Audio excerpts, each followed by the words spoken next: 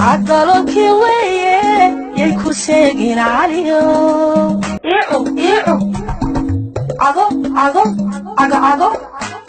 عضلك ويا يكوسين عليه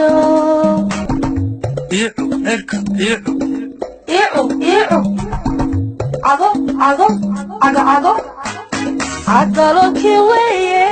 يكوسين عليه قابل حفلته waxa xafladda soo qabanqaabiyay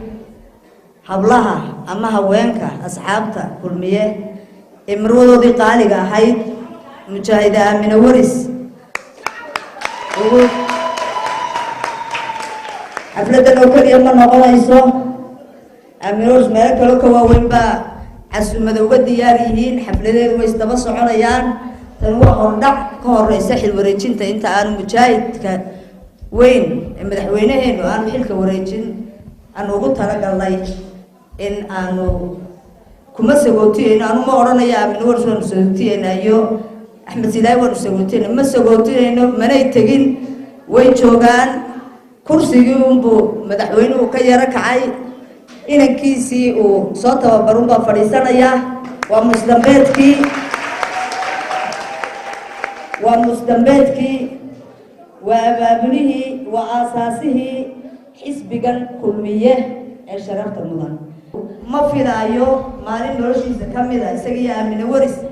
إن الدنقارة وقبل بين التجود وهي الرئيسية التجود وأنا تمان تكنتي إن ندل دسن ونكسن ودروشوي سكر بدله له بوشة وحاسكله إلى هاي عافمات كاوسية ديو إلى هاي وحنا غبرية جنة الفردوسة ويدتكيسي بقى جعل دتكيسي بوحو قبطي مركا مدحوينهن قالقا ما سو كوبي كرو مروده قالقا مرو آمنة الشيخ محمد تردي وقد على غير ملكية معموس بكل قرن كسومالي لان كسو جيدا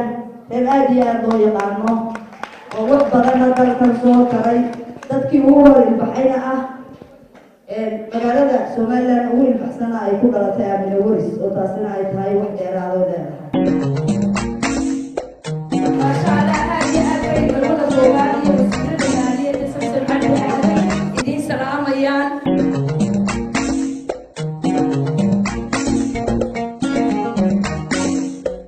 xafad caawa aynu ku maamusnay marwadeena qaaliga xafladaasoo أين الآن توقف صمين حبلها دور كمانود قبل قابلي وسهل قادي وأنا حاجي هذا وخضر إسماعيل يهبط كلام أبدا أنت اللي ونها لا يجاه تقولي قرآن وصار هذا نياي وحلا يهاي لما أنت هيك سوق قبل شرط سوق قبل كشين أديات بعد قوم هتنتهي ويا هو حفلة إنه كوستا بوتي إنه مرودة إنه مدة تطبق الصنعة هاي مرودة قرن كهاي أنه كل يوم هاي dadkii kulmiyana maanta la asaasay ilaa maalinka maanta ay isag taagnaayeen aad iyo aad waxaan u qiraynaa inay marwo sharaf laahay aqoonyahana ahayd shaqadeeda iyo inta gurigayga ay ka qabanaysana kala taqaana anu agaasimi madaxtooyadan ahaa marwadu waxaan oran karaa sida sharafta ee hawsha waxay ka haydiyaan macna qofka madaxtooyada wax ka weydiiya inay tiraahdo agaasimi wax ka weydiiya weligeed ma qof shaqaale ah ma kala garan saxta shaqaalaha iyaga waxaan aad iyo aad ugu qirayaa inay ahayd taasna ay tahay aqoonta iyo maamulka ay hore u taqaanay waxaan leeyahay marwada waanu ku xasuusan doonaa wax badan waanu ku xasuusan doonaa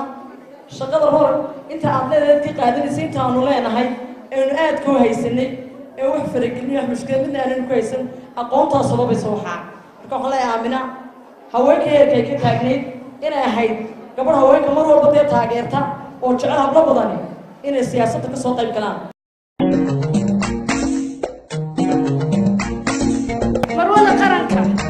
xasuusanaya wax far badan waxaan ku xasuusanayaa inay garabkayga taagnayd habeen iyo maalin waxaan ku xasuusanayaa inay haweenka u dooday oo si weyn ugu dooday oo halka aanu joognay hadaanay marwadaasi joogin waxaan ku xasuusanayaa gudida bilicda oo aan u taagweyno isu iman weynay inay suka ay keentay marwada gudida bilicda mida magaalooyinka inay sukaayo keentay intayadii isu iman weyday inay meel isugu keentay oo maanta dariiqa Hargeysa ee airportka aragteen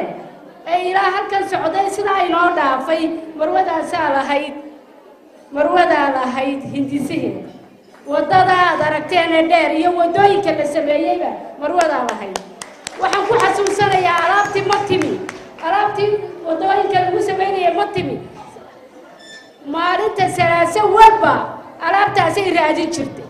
matiba ma soo gashay alaabtii wadooyinkii ba la sameeyay maanta maxaa la qabtay maxaa laga qabtay deegaankii maxaa laga qabtay dawladda hoose maxay qabatay waxaan ku yiri salaasa walba way nala shiraysaa waxaan ilaahay ka rajaynayaa cis iyo sharaf ayay ku noolaayeen inta u hadhaynayna ku noolaadaan cis iyo sharaf inay ku noolaadaan cis iyo sharaf inay nagu soo hageenay rabbiga raxmaankii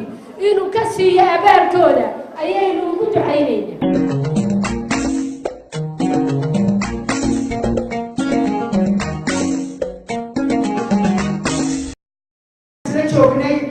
ruushka ayaan isla joognay 68 miya mise 69 I don't know qofaa isku dheernahay weeye aamina waxaan ku leeyahay 17 oo wadnaha ku yaal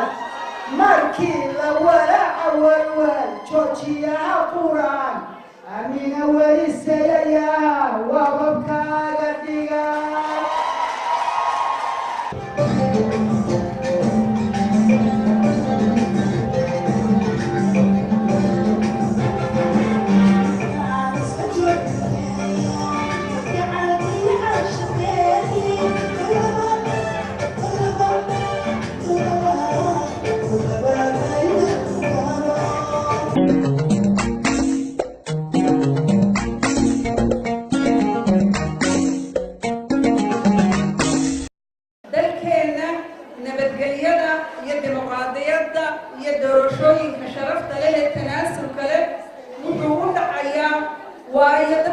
Somaliland baa dad fiicana